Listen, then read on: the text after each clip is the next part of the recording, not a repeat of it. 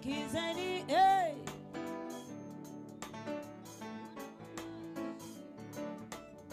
Nipe moyo wa nyama, maiki weka vizuri. Hii ni ya mhubiri, si ya muimbaji tena. Hallelujah. Uniondole majivu, komesha kiburi, utawale akili zangu, Bwana niongoze.